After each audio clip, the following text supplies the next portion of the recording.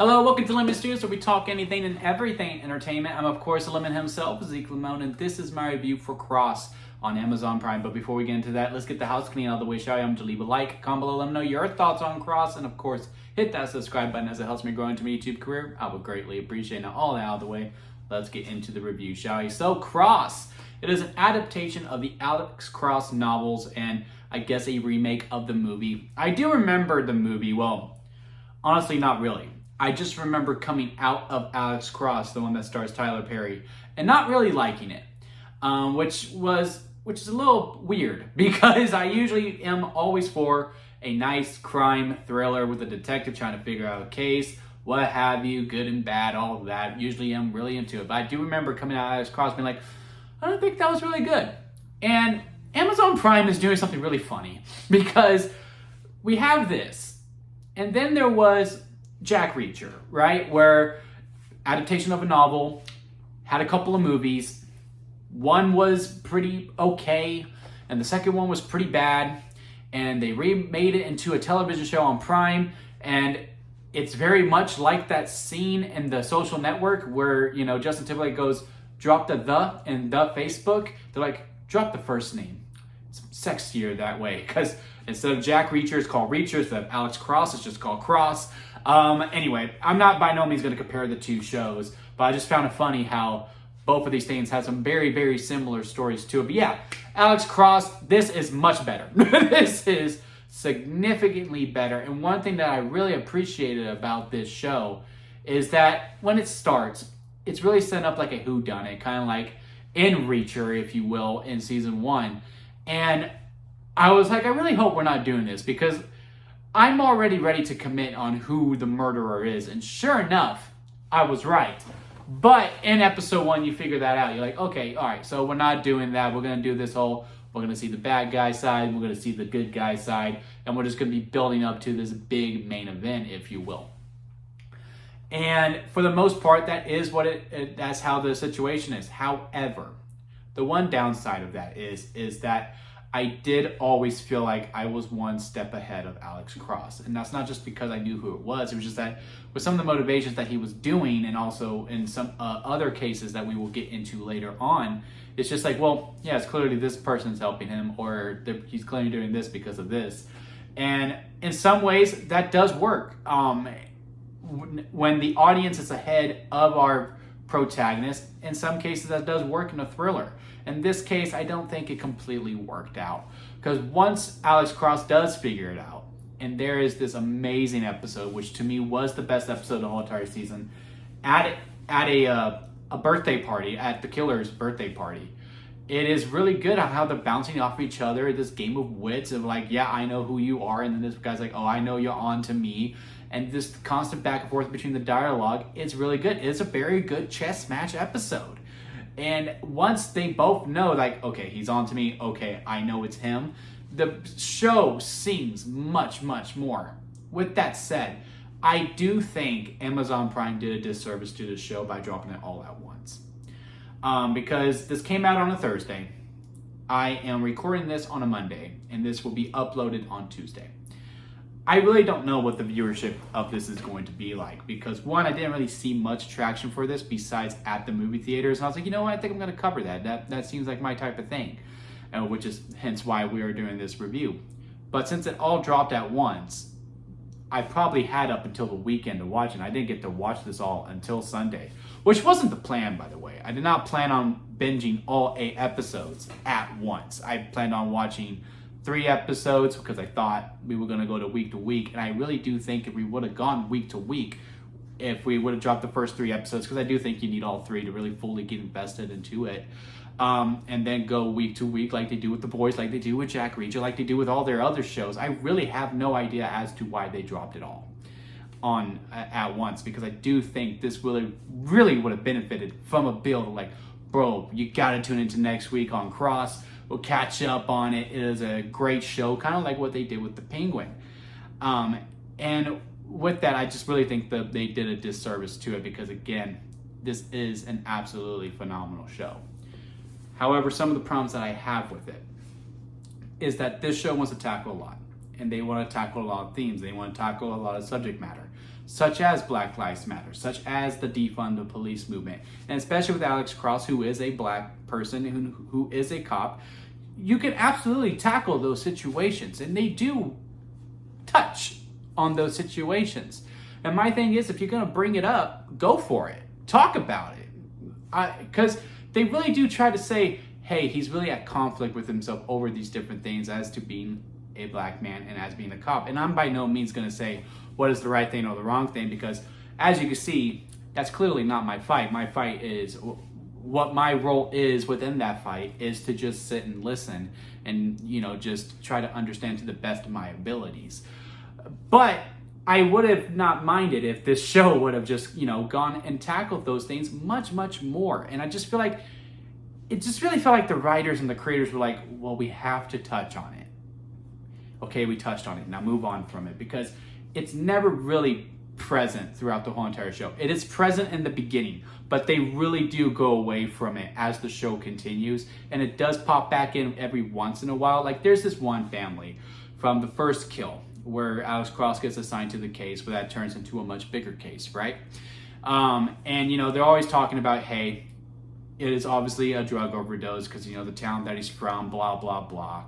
And that's how the cops want to proceed with it. Well, the community is saying, no, he was murdered and he was probably murdered by a cop. And, there was all these debates with him. There's this dinner scene that's really, really good about the back and forth on both sides of it.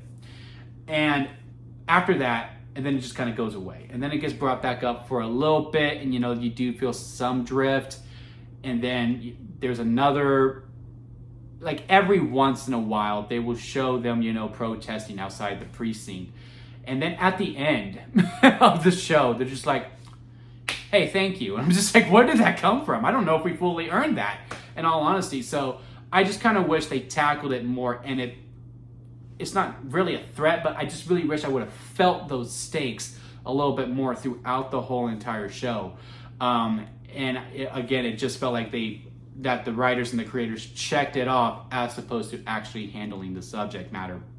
Another thing that kind of bugged me up the show is like some of the structure wasn't the best, because like I said, the main thing of this show for the first 7 episodes anyway is this main case of the fanboy.